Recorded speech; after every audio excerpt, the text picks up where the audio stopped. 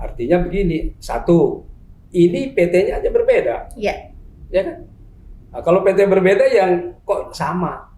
Nah, gitu kan dulu gini, kita Dewan Pers itu dulu sering ditanya, apakah satu PT ini boleh banyak media? Boleh, tapi ada resiko. Kalau kamu mencari iklan, kamu cuma dapat satu loh, karena di DPD itu hitungannya NPWP. Kalau NPWP sama nggak boleh dapat iklan lagi dia. Nah, yang kedua resiko seperti ini. Kalau misalnya tutup yang satu, karena PT-nya sama, ikut ditutup. Nah, tapi kalau ini berbeda PT, aneh bin ajaib kalau iya.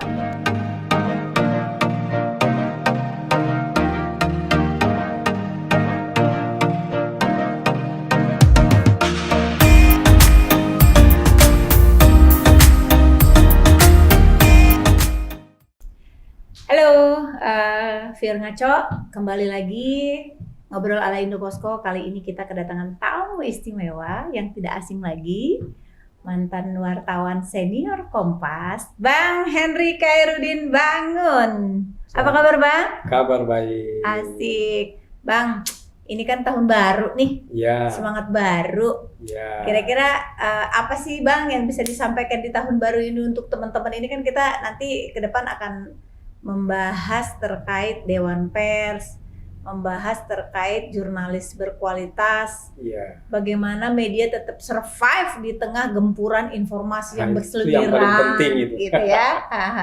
Gimana? Ya, jadi sebetulnya kalau kita lihat secara menyeluruh ya, ada kabar baik, ada kabar buruk tentang pers ini. Cuman mungkin kabar buruknya lebih banyak gitu ya. Apa itu buruknya? Ya buruknya karena tantangannya besar sekali. Tentu kita semua tahu bahwa undang-undang KUHP itu kan baru diberlakukan. Padahal sebenarnya sudah sejak 2019 ya? Ya, kemarin disahkan di DPR ya kan. Ada beberapa pasal yang menurut Dewan Pers itu berpotensi mengancam. Misalnya media dan mengancam wartawan. Media dan wartawan. Misalnya ini ada orang demo, di demo itu ada poster presiden begini-begini. Kita muat, kita kena. Nah, gitu. Kalau dulu kan enggak. Nah, bayangkan kalau misalnya kita meliput pengadilan, kita mau wawancari pengacara. Wah, hakim ini nggak benar nih, berpihak nih begini, vonisnya. Kita beritakan, kita bisa kena.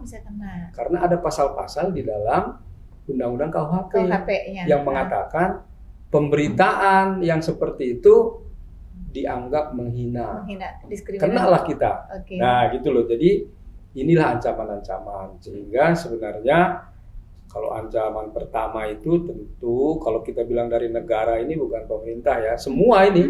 Karena kan undang-undang itu produk pemerintah, DPR sekaligus. Jadi ini ancaman-ancaman yang nyata meskipun undang-undang ini kan berlaku 3 tahun lagi. Tapi kan namanya ancaman itu ya tetap ada. Gitu. Nah yang kedua barangkali kalau kita cek ini media massa memang makin sulit ya secara ekonomis. Mengapa? Karena medianya semakin banyak, ya kan? Kuenya bertambahnya sedikit. Yang mendapat kuenya kebanyakan platform global, ya kan? Yang mendapat kuenya itu ya perusahaan-perusahaan besar yang sebetulnya tidak memproduksi informasi, tapi menyebarkan informasi yang diambil dari media massa. Nah, gitu loh. Ini kan ancaman. Kuenya lari ke dia. Kalau misalnya ada 275 triliun iklan ini kira-kira.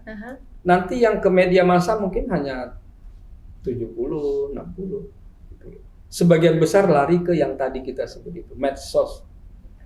Termasuk juga nanti lari kepada non media ya media sosial tadi. Kalau ke media sosial di dalam negeri ya nggak apa-apa. Ini lari keluar nih. Jadi iklan kita itu yang metik keuntungan platform global tadi. Nah, itu ya yang kedua. Kemudian yang ketiga tentu saja ancaman daya hidup ya. Daya hidup karena apa? Sering dibilang pers ini merusak dirinya sendiri. Ya. Banyak sekali media yang secara sadar itu mengangkat medsos yang lagi viral. Lah, ya, lalu justru buat apa orang membaca media massa? Langsung dong dia ke medsosnya. Betul. Nah, seharusnya kan media massa memelihara diri ya, menghasilkan berita yang bermutu, karena kalau media massa itu produknya kan pasti sudah disaring, diedit, dipilih kata-katanya. Ada triple check-nya, kata-katanya, tata bahasanya terverifikasi gitu ya. Nah kemudian tentu saja makin banyak tumbuh media, kuenya terbatas, yang tumbuh banyak. Karena apa? Ya mungkin orang merasa hebat ya menjadi bos media gitu. Padahal medianya mungkin ketika kita cek kantornya juga entah di gang sempit dan di mana gitu ya. Atau mungkin hanya model laptop, dia nongkrong di coffee shop, dia memproduksi berita. Gitu. Sehingga mereka ikut merebut kue, katakanlah iklan kemitraan ya, di daerah itu kan banyak sekali orang membuat media untuk mendapat kue dari APBD misalnya. Nah, dengan suasana kompetisi yang segitu hebat, akhirnya kan kalau dulu kita kenal, kalau saya di media cetak, diskon iklan 30%. Ini diskonnya bisa 90% ini supaya dapat iklan. Yang penting dapat, saingan saya mati misalnya. Nah, kondisi ini kurang bagus. Nah, sebetulnya ya masyarakat pers dan Dewan Pers itu sudah berinisiatif waktu itu. Membuat satgas namanya media sustainability. Sudah dibuat rumusan-rumusannya untuk mengatur yang tadi yang tiba-tiba memberikan diskon 90% tadi. Enggak, yang misalnya tadi platform global. Ya. Katakanlah misalnya platform global entah Yahoo kayak Google kayak, kalau dia memuat berita dan dari media massa, mbok ya media massanya kecipratan, diatur seperti diatur di Australia, di Jerman, kan begitu ya. Tapi kalau melalui yang membubuhkan link, misalnya platform Yahoo, kita sebutkanlah merek gitu, terus dia kan ngambil, atau Google misalnya, dia kan ngambil berita dari media mainstream atau apa, kan dia ngeklik, begitu dia ngeklik, pasti yang dapat cuan media yang memproduksi berita, bukan? Tapi kan tidak semua media diambil oleh platform global tadi. Jadi ada yang diambil, ada yang tidak. Dengan adanya tadi aturan itu diharapkan tuh merata. Nah, yang penting sejauh dia dianggap sebagai memproduksi good journalism, nah, dia nanti kebagian. Nah, jadi dipajakin semua, nanti dibagi sesuai dengan porsinya, gitu loh. Sehingga tidak. Sekarang ini kan ibaratnya ya mungkin politik divide impera juga. Yang besar dirangkul, dikasih besar gitu ya. Yang kecil makin mati. Kecil sama sekali nggak dilirik. Nah, kira-kira itu. Jadi itu kondisi-kondisi sekarang yang menimbulkan keprihatinan. Nah, kalau berita baiknya apa? Ya, kalau berita baiknya sebetulnya baik dalam tanda kutip juga ya. Ya memang semakin banyak wartawan yang bersertifikat kompetensi. Seharusnya itu kan standar ya. Jadi untuk lulus itu kan dia harus paham ini, paham itu, baca ini, baca itu, sehingga yang dikeluhkan masyarakat selama ini bahwa banyak sekali berita yang tidak pantas, tidak layak, melanggar kode etik itu seharusnya berkurang dengan semakin banyaknya wartawan yang bersertifikat itu.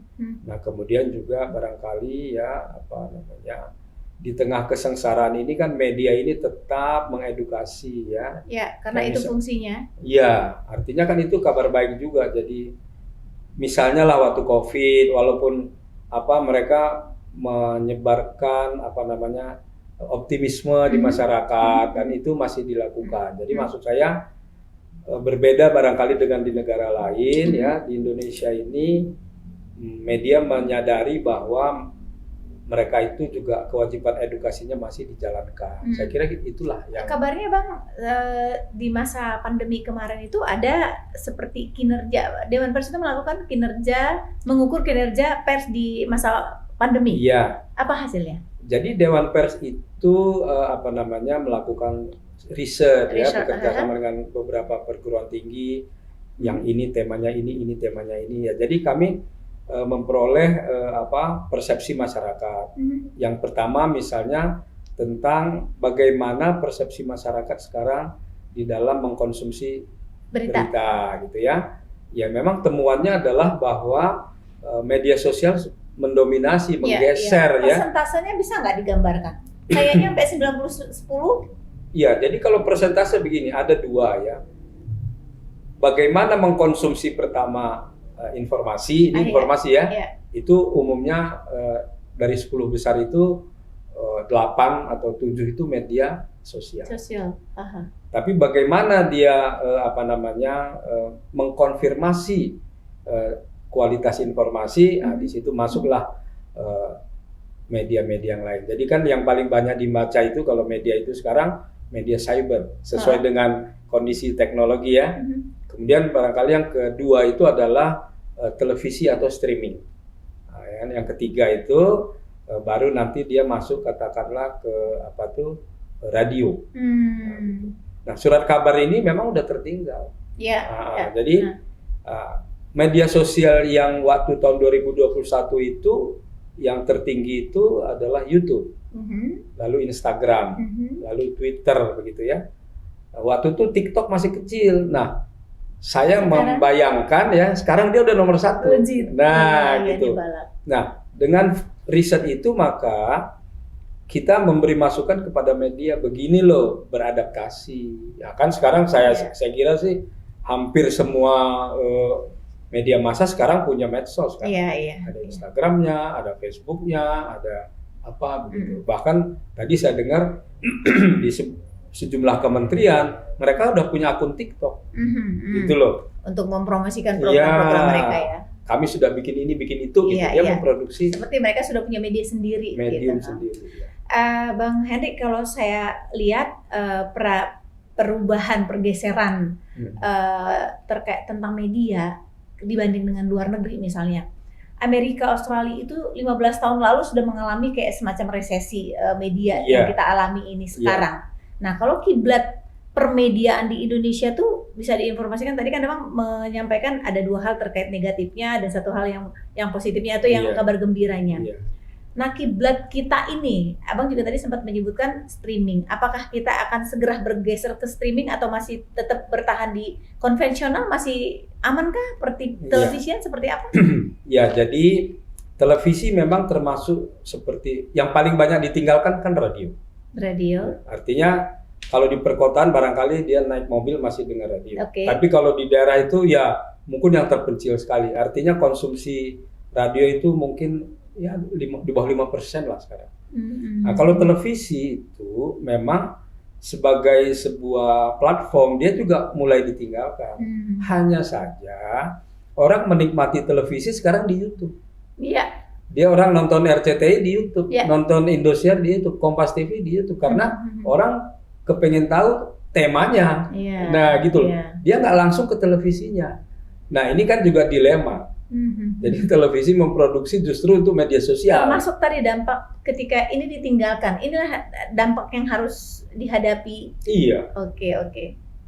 Artinya banyak yang sudah menyesuaikan diri dan penghasilannya justru bertambah. Nah, itu seperti apa? Kan kalau misalnya dia sekarang kan televisi itu kan pengambil iklan paling banyak. Nah, sekarang mungkin berkurang, tetapi dia mendapat tambahan dari tonton di YouTube. Karena semua berinovasi ke sana gitu. Udah saatnya belum sih? Karena kemarin kan kalau nggak salah TV konvensional itu sudah ditutup. Resmi pindah ke digital. Nah, abis dari inovasi digital ini apa? Bang Henry melihatnya apa sih ke depan yang harus segera dilakukan supaya kita tetap bisa survive? Kalau televisi itu susah survive-nya karena operasionalnya tinggi sekali. Cost-nya. Biaya operasional di lokasi maupun satelit kan. Jadi memang ya tadi saya kira mereka harus menambah pendapatan. Itu aja. Kalau mengurangi biaya itu sulit. Karena kan wartawan juga nggak mungkin dikurangi, ya kan? Paling juga kameranya barangkali kalau dulu harganya yang 200 juta sekarang mungkin modal handphone untuk kasus tertentu, ya kan? Nah, jadi, tetapi jangan lupa ya, ada media-media jejaring yang juga sudah membuat siaran langsung Iya. versi sederhana. Betul. Saya pernah beberapa kali menonton laporan dari Polda, ya kan? Wartawan ke sana dia pasang handphonenya. Simpel. Iya, jadi jumpa pers dispen gitu, ada dia laporkan melalui handphone. Apakah sesederhana itu akan menggerus televisi dengan yang properti mahal tadi? Pasti. Karena kan buat masyarakat yang penting informasinya cepat. Itu bagian dari jurnalis berkualitas nggak? Nah, sekarang kan adaptasinya sudah dilakukan. Sekarang tinggal bagaimana wartawan-wartawan yang tadinya meliput tapi sekarang jadi reporter dadakan itu dilatih lagi. Dan sejumlah media sudah melakukan itu sebetulnya sejak belasan tahun yang lalu. Iya. Kayak di media begitu. Kita sudah dibekali nih. Bang Henry, kalau mau disampaikan sebenarnya jurnalis yang berkualitas itu seperti apa sih? Ya, jadi begini. Kalau mengacu ya kepada negara-negara yang kualitas jurnalistiknya bagus, pertama-tama kan kita harus mengingat bahwa karya jurnalistik itu tugasnya itu kan kepentingan publik. Pilihan topik kita juga menentukan kita berkualitas atau tidak. Yeah. Kalau kita banyak meributkan, maaf aja seperti sekarang Freddy Sambo. Nah, gitu ya. Sidangnya itu sampai belasan jam, puluhan jam begitu ya per minggu. Nah, itu udah nggak berkualitas lagi menurut saya loh. Karena apa sih kepentingan publik terhadap kasus itu? Iya. Nah, itu satu. Jadi pilihan tema juga menentukan berkualitas atau tidak. Yang kedua adalah penggarapannya, ya. Tentu patokannya kode etik, ya kan? Karena itu. Nah, kalau kita mengacu keluar, ya, kalau yang saya perhatikan, kualitas mereka nggak berkurang sama sekali. Karena menjaga mutu itu lebih baik tutup daripada menurunkan kualitas, kan begitu. Kemudian juga kayak biaya operasional. Katakanlah mereka biasanya punya reporter di sini jumlahnya 100 begitu. Dia daripada mengurangi reporter lalu kualitasnya berkurang, mengambil dari nggak jelas, lebih baik dia tutup. Nah ini loh, jadi mereka pilihan yang lebih idealis. Lebih idealis. Nah di kita ini kan masih lah ada ya 1, 2, 3, 4, 5 media yang berani melakukan itu. Cuman maksud saya, ya tentu saja sebenarnya kita kan harus mendukung nih. Ada nggak kepentingan Dewan Pers untuk membina jurnalis berkualitas? Ya justru Dewan Pers itu arahnya ke sana. Dia berkepentingan karena pengemban amanat Undang-Undang Pers kan. Tujuannya itu kan meningkatkan kualitas jurnalistik. Bagaimana bisa meningkat kalau ya kan pendapatan lebih sedikit dari lebih besar dari pengeluaran, ya kan? Betul. Nah, itu jadi menjaga keseimbangan itu. Yang kedua tentu saja ya kita selalu mengingat bahwa pers ini kan kalau dilihat itu fungsi ekonomi itu sebetulnya nomor 4. Nah, tetapi siapa yang bisa menopang gitu ya? Pernah saya ketika dulu diundang ke oleh Institut Jurnalismus Berlin itu ada media yang hidup dari masyarakat, dari langganan. Jadi ditulis bantulah pers berkualitas. Oke. Sumbang kami begitu. Sekarang kan malu ya. Kita ini kayaknya nggak ada begitu ya. Padahal kalau di zaman Belanda ini saya melakukan beberapa kali riset lah kecil-kecilan. Koran dulu di Jakarta itu begitu loh. Jangan lupa bayar langganan gitu. Maksudnya kalau kita nggak berlangganan koran itu mati. Iya, betul. Nah, kalau sekarang saya kira perlu kesadaran. Jadi kalau misalnya kayak Tempo kalau kita buka itu untuk membaca selanjutnya kami perlu dukungan Anda. Bisnis Indonesia sama, Kompas ID sama gitu. Jadi memang bagaimana menjaga kualitas itu pasti partisipasi masyarakat itu harus besar. Ada kualitas, ada harga. Karena kalau pemerintah itu kan dianggap nanti mengganggu independensi. Iya. Kalau rakyat masyarakat itu kan nggak ada kepentingan. Nah, ini yang sebenarnya menurut saya sekarang kesadaran masyarakat kita rendah sekali. Padahal kalau ada gempa di sana, wah bisa miliaran dapat ya. Iya, betul. Ada bencana di sana, gampang miliaran tuh mungkin 1 minggu udah dapat. Iya. Koran mati, nggak ada yang mikir gitu loh. Karena kurang sadar bahwa kehadiran media tadi itu mencerdaskan anak bangsa juga, mensupport, memberikan edukasi ya Bang ya. Kan misalnya ini kemarin tuh Republika mengumumkan kan kira-kira sebulan sebelumnya kan kami tidak akan terbit mulai tanggal 1. Iya. Nggak ada tuh yang menggalang dana, ayo ya. selamatkan Republika, nggak ada. Perlu, mungkin harus ditulis dulu, pray for gitu. Nah itu, jadi masyarakat kita ini sering menuntut pada pers. Pers harus begini, harus begini. Iya. Saya tanya, kamu sudah memberi apa? Sepakat. Nah gitu loh.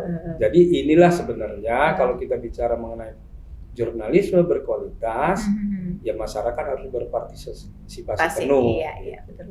Bang, ini mungkin kita temanya agak mengglobal. Bang Henry ini kan wakil ketua Dewan Pers di era 2019-2022 ya. Nah, artinya masih fresh dong. Kita mungkin merefresh pengetahuan teman-teman di lapangan. Belum tentu semua orang tahu apa sih tugas dan fungsi Dewan Pers. Iya. Jadi begini. Dewan Pers itu yang independen ya, lahir itu kan karena Undang-Undang Pers 40 tahun 99, pasca reformasi.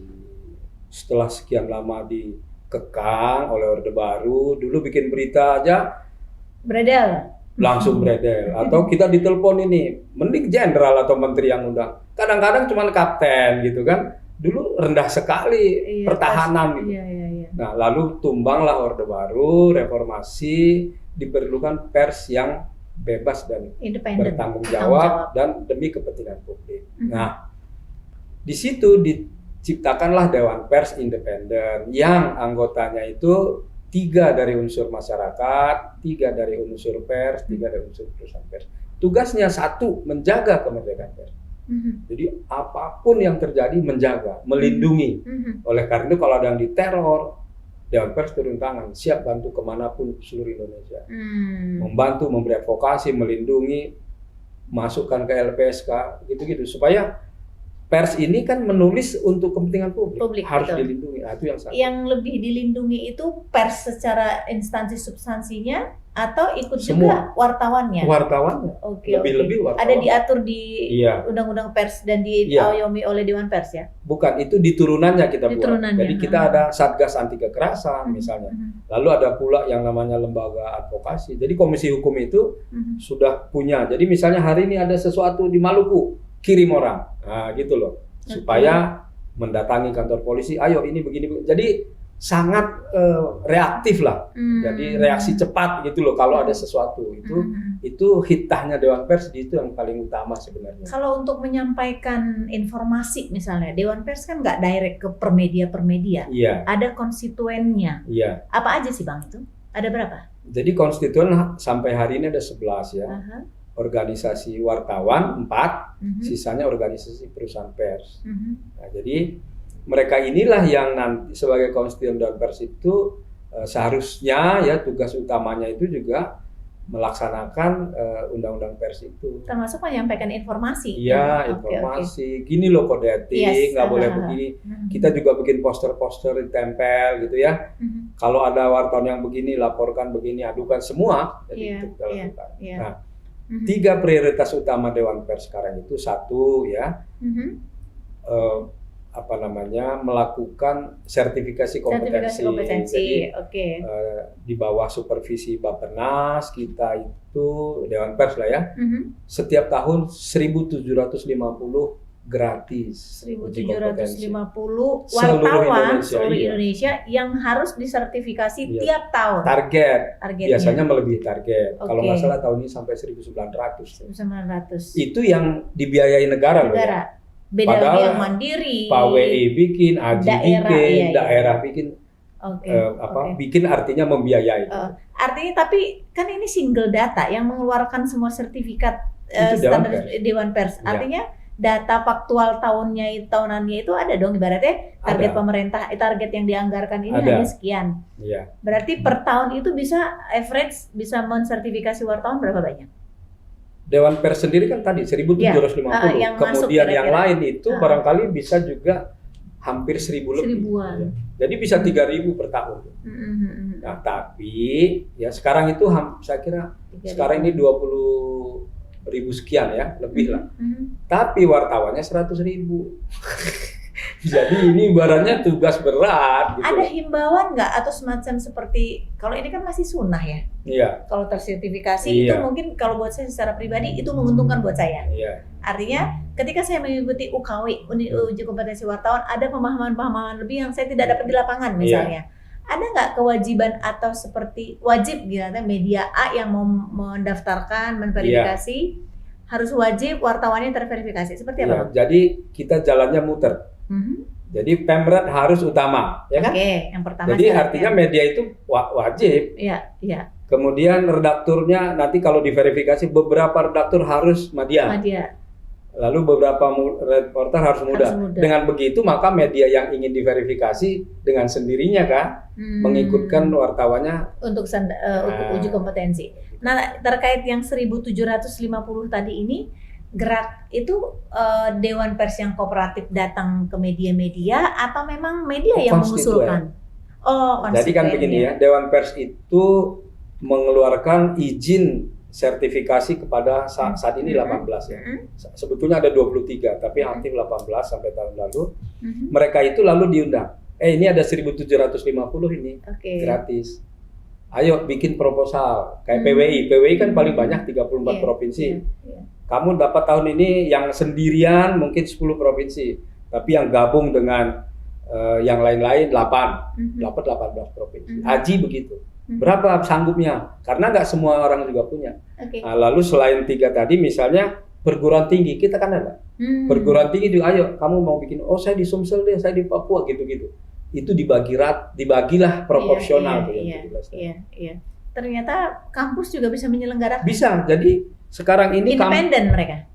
Enggak? Iya, artinya dia diverifikasi Dewan Pers kan. Pengujinya cukup, terus ininya metodenya, lalu dia punya buku nggak acuan kan begitu. Jadi kalau kampus itu ya di Jakarta ini ada LSPR, ada Mustopo ya. Sebetulnya UI juga dapat, tapi dia nggak pernah melaksanakan, jadi di pending. Lalu misalnya UPN Veteran di Jogja, Dr. Sutomo Surabaya. Nah gitu. Jadi mereka inilah yang juga mendapat jatah dari yang biaya APBN tadi. Jadi memang sebenarnya ini ya teman-teman terbantu ya kalau kami keliling. Bayangkan ini dalam 3 tahun terakhir berarti udah hampir 6.000 kan yang gratis itu. Betul. Padahal bayar aja dia mau. Betul. Nah di uji kompetensi ini kan ibaratnya disitulah sosialisasi kode etik ya. Iya, wajib. Apakah ada tempat lain misalnya khusus untuk menyampaikan kode etik ini? Ada. Seperti apa biasanya? Ya artinya begini kan, kita datang ya atau diundang. Jadi begini, kan kode etik itu kepentingan juga kadang-kadang dinas-dinas di provinsi. Wah ini banyak wartawan yang nggak ngerti nih, sembarangan nulis berita. Diundanglah Dewan Pers atau Pemda misalnya. Datang dong, ya udah. Kadang-kadang kita yang membiayai, kita datang, undanglah wartawan. Misalnya 100 orang. Saya pernah itu ke Poluta, Padang Lawas Utara kan. Gini loh kode etik, begini. Saya pernah juga diundang ke Kerawang. Jadi itu sosialisasi. Berapa hari biasanya? Ya 1 hari. 1 hari cukup. Mereka bisa paham dengan. Ya kalau soal paham kan terserah gitu.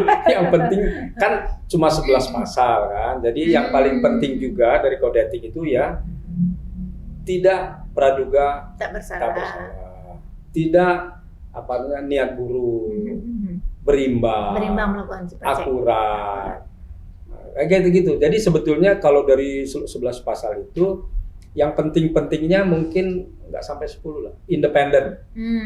Kalau kamu menulis berita jangan karena disuruh Pak Kepala Dinas, ya kan? Karena memang ada kepentingan publiknya. Kayak gitu-gitu. Jadi sebenarnya efektif juga begitu. Ada nggak aturan yang lebih kekinian terkait dunia perpesan?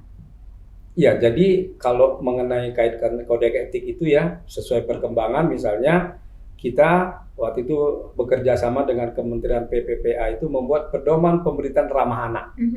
ya kan? Banyak sekali pemberitaan tentang anak ini yang over, anak artis ulang tahun, diundang, liput, anak 2 tahun udah diwawancara misalnya, kayak kemarin yang ETS begitu ya.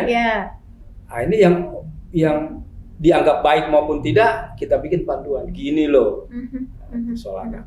Kemudian kita juga pedoman pemberitaan ramah disabilitas, nah, kan kesadaran itu udah tinggi sekarang. Kemudian pedoman pemberitaan peristiwa bunuh diri. Nah, karena kalau orang nggak tahu dia bikin semaunya aja, dan kami beberapa kali dapat pengaduan. Ada bunuh diri dibikin beritanya, dia nggak memikir anaknya itu gimana perasaannya. Nah, gitu keluarga terdekat. Nah, kayak gitu-gitu. Lalu pemberitaan terorisme, kita bikin pedoman-pedoman sebagai penjabaran dari kode etik jurnalistik. Nah, itu yang jadi kekinian itu jalan terus ya. Lingkungan misalnya sudah ada juga. Pedoman pemberitaan. Tapi dari hasil sosialisasi yang dilakukan kan ada feedbacknya. Ada. Nah, ngelihat di lapangannya seperti apa implementasi dari kebijakan kekinian yang sudah disosialisasikan? Ya, jadi misalnya begini, mengenai ramah anak ya, kami itu banyak terbantu dari masyarakat mengadu kan, lalu kita tegur. Media tersebut. Kemudian kami juga memantau lewat Kementerian PPPA. Wah sekarang berkurang nih, nah gitu loh. Jadi kita cross checknya dengan pihak lain. Kemudian bunuh diri ya, kayak terakhir kan yang berita di Ciputat itu, nah, selalu di bawahnya kalau itu berita ini tidak dimaksudkan untuk ini bunuh diri, nah, kan gitu. Jadi itu petunjuk dari pedoman. Jadi supaya kalau dulu kan berita bunuh diri itu sayanya wah dirinci dan apa sehingga akhirnya orang niru termasuk teroris ya. Nah di situ ditulis. Jadi berita ini tidak dimaksudkan. Nah kemudian kayak ramah anak ya kan. Ramah anak itu kita kasih penekanan bahwa pemberitaan mengenai anak itu lebih untuk informasi sederhana, bukan untuk dieksploitasi. Nah, jadi anak itu entah dia sebagai korban, saksi, pelaku, itu dibatasi pemberitaannya. Kayak gitu-gitu. Jadi kalau terkait itu sih sebetulnya menurut ya, meskipun ya tentu saja kayak kemarin anak yang diculik Malika itu kan, kita udah media cetak, media cyber udah jaga-jaga, di televisi mukanya muncul. Nah itu loh, nah itu biasanya ditegur oleh Dewan Pers. Pernah nggak sih memberikan punishment sampai mencabut? Enggak.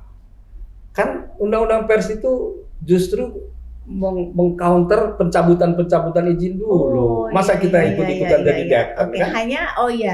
Hanya memberikan lebih persuasif. Kita mengatakan ini merusak. Karena kita memperjuangkan ini ya, tentunya Dewan Pers itu memperjuangkan. Nggak boleh, ada juga memang begitu. Kalau kami raker di DPR tuh, wah cabut aja izinnya loh. Ini kita zaman reformasi. Atau ya yang zaman sebelumnya itu kan dibredel. Sikap Dewan Pers seperti apa? Nggak boleh ada bredel. Apapun seberat apapun salahnya, ya diperbaiki. Contoh ya, waktu itu kita berbeda pendapat dengan KPI. Pernah kan waktu itu Metro TV dia breaking news. Dia baca breaking news, tahu-tahu gambarnya porno. Pernah kan? Oleh KPI dikasih sanksi.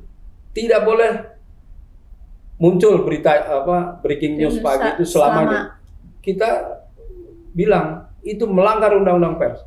Undang-undang pers itu tidak ada bredel, tidak ada sensor. Padahal itu kayaknya mesin error bukan human error kayaknya ya. Masa? Nah, justru itu artinya kesalahan sebesar apapun sekarang ini tidak dihukum penjara ataupun sanksi, tapi dia minta maaf. Teguran. Nah, kan begitu, orang salah kan manusiawi, emang wartawan itu malaikat, ya kan? Nah, gitu. Jadi itulah beda angle, ya.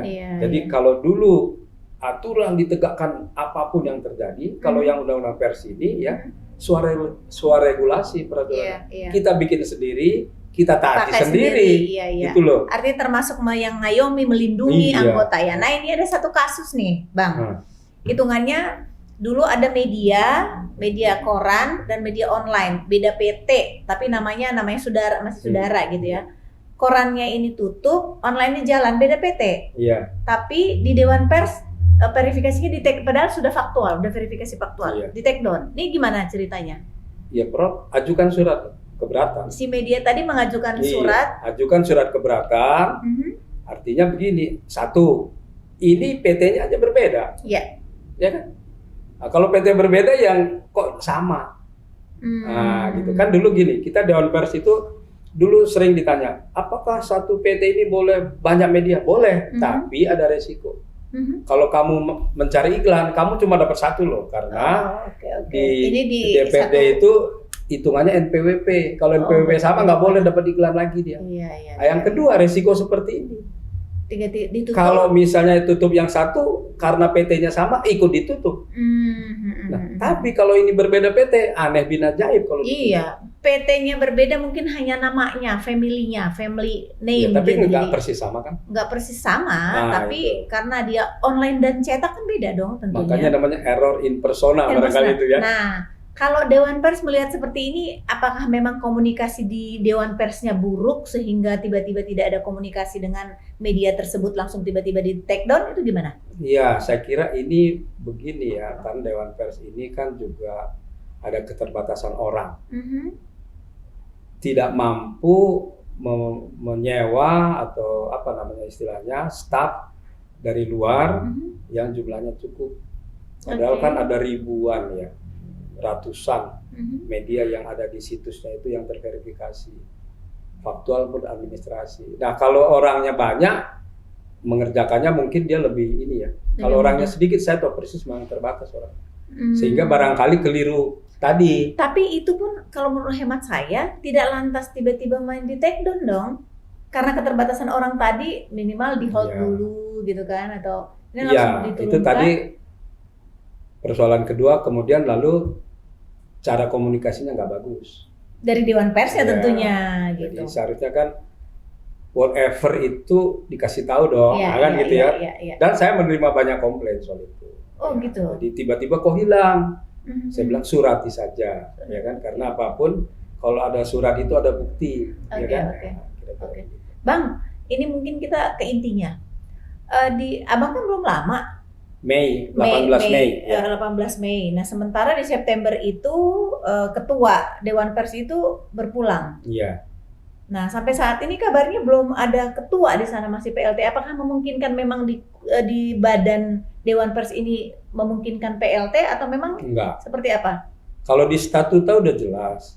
Apabila ketua Dewan Pers berhenti, nanti di pasal yang lain ada berhenti itu apa sih? Ada meninggal, sakit dan lain sebagainya, sudah tidak bisa ya. Kena hukuman penjara gitu. Apabila ketua Dewan Pers berhenti, otomatis wakil ketua Dewan Pers menjadi ketua Dewan Pers. Itu pasal 18. Pasal 18 statuta Dewan Pers. Jadi, ya kalau ada masyarakat bertanya, kok ada PLT? Wah, saya aneh bin ajaib juga memang. Tidak boleh ada PLT apapun alasannya, karena statuta sudah mengatur secara tertulis, jangan ditafsirkan. Dan itu memang tidak perlu ditafsir. Kalau dibilang otomatis, 1000 orang ditanya pasti 1000 orang menjawab otomatis. Otomatis. Iya. Apa analisa Abang Henry sendiri, apa yang terjadi di Dewan Pers sehingga tidak langsung melakukan aturan? Nggak tahu juga sih. Jadi ya artinya kalau dari luar barangkali waktu itu saya tanya, kok belum sih? Oh ini masih berkabung. Nah, kan menghormati almarhum Profesor Azumiyadi Azra, ya kan? Nah, tapi setelah itu ya saya nggak tahu kok berkabungnya lama betul gitu ya. Kira-kira begitu. Atau sedang menggodok apa di dalam pergantian juga kan belum ya? Masih belum, sampai detik ini belum. Sampai jam berapa ini? Sampai jam 14.47 pada hari Jumat ini belum ya. Pergantian. Tapi berharap supaya tentu saya ya, karena saya 2 periode dan saya tahu aturannya, supaya agar statuta itu dijalankan secara konsisten. Biasanya ketika Dewan Pers tidak menjalankan aturan atau statuta, apakah ada Dewan Kehormatan yang menegur atau ya, ini kan masukan? Kalau misalnya tidak dilaksanakan kan beramai-ramai ini.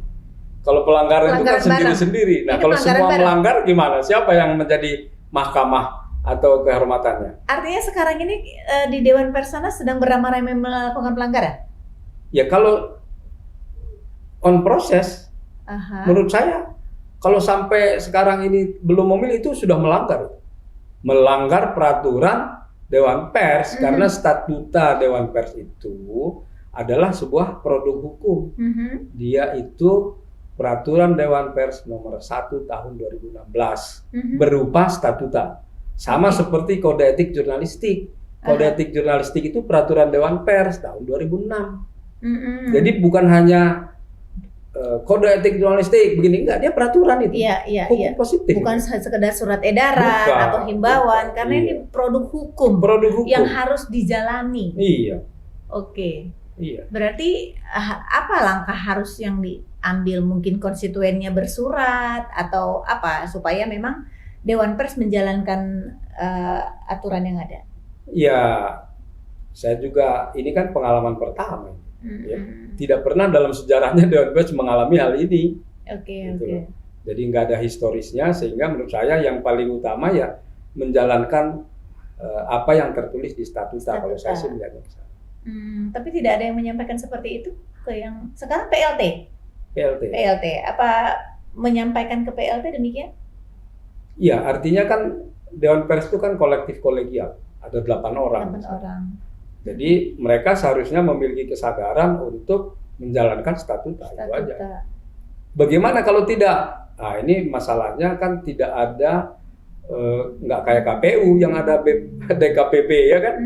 Nah, jadi masyarakat yang seharusnya ikut menyampaikan ke mana ya, apa ke pemerintah, ke parlemen, atau ke ombudsman.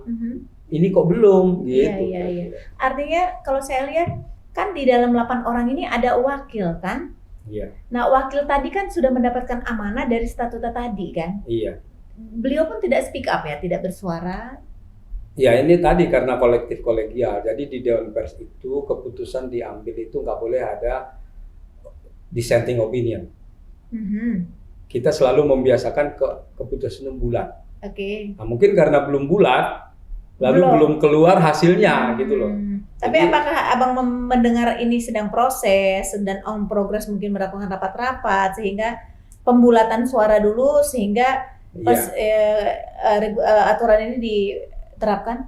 Ya ada banyak macam sih, tetapi tentu kita lebih penting adalah bahwa statuta dijalankan. Kira-kira gitu. Tapi PLT ini memang memiliki kewenangan dan nah itu PLT ini kan menandatangani sertifikat kompetensi. Padahal jabatan PLT itu tidak ada dalam statuta. Sah nggak itu? Artinya menyalahi aturan dong? Nah itu. Karena tidak sah. Terus gimana dengan teman-teman yang bukan tidak sah, perlu dipertanyakan keabsahannya. Enggak, kan karena tidak ada di dalam statuta tadi. PLT jabatan tidak ada, jabatan PLT tidak ada. Artinya ketika dia melakukan sign sertifikasi, nanti datang keluar siapa yang tanda tangan? Oh ini kan nggak pernah jadi ketua PLT, gimana? Nah itu seharusnya dijawab oleh Dewan Pers.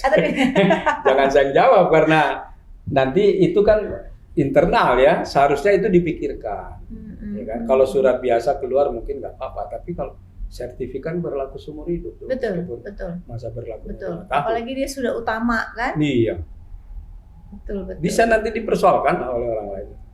Potensial menjadi persoalan. Iya. Itu Dewan Kehormatannya bisa kita colek mungkin? Jadi begini ya, di dalam statuta itu kan juga ada memang bisa dibentuk sebuah post merger penyelamatan.